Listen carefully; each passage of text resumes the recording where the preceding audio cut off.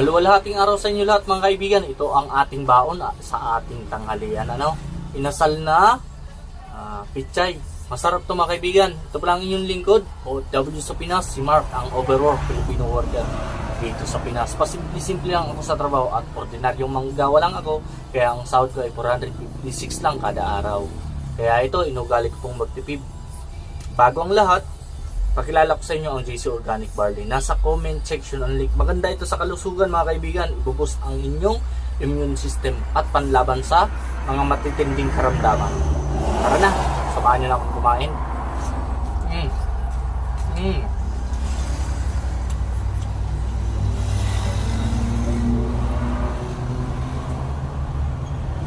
The best mga kaibigan. Very natural lang ang pagkakaluto.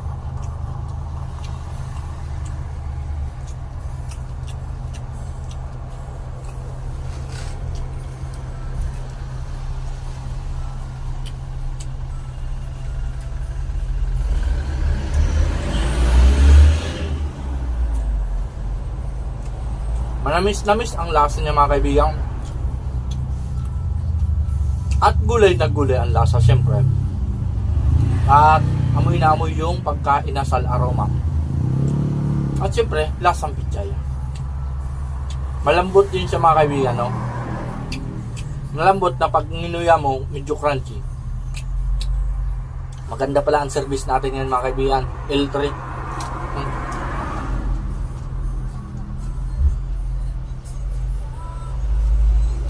Nandito kami ngayon sa Daet Camarines Norte.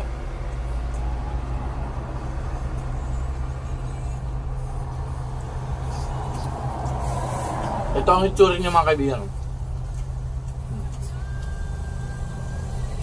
Niluto siya mga kaibigan kasi siyempre ang uling mainit na mainit yan.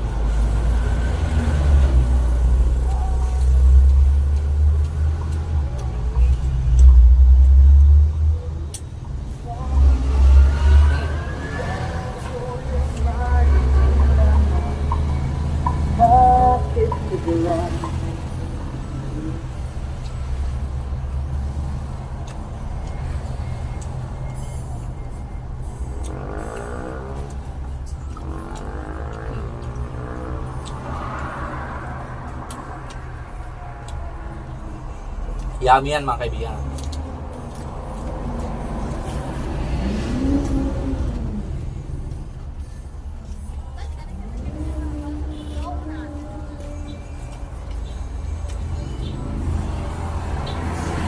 Maraming dumadaan dito.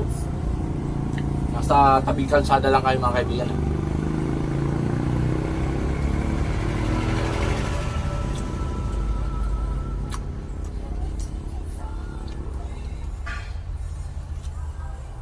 Ito ang pinakatipid mga kaibigan. Alam niyo kung magkano ang bili ko nito? Isang piraso.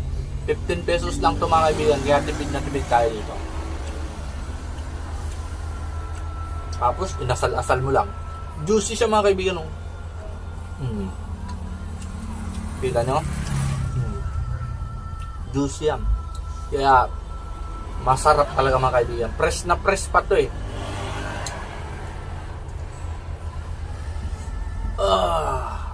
Ayun.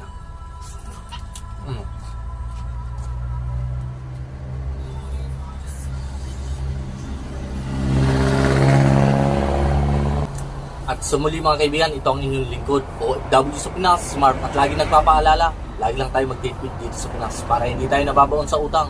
At ang inyong lingkod ay isang uragon, basta uragon, malupiton. Hanggang sa muli, that's all, mabuhay.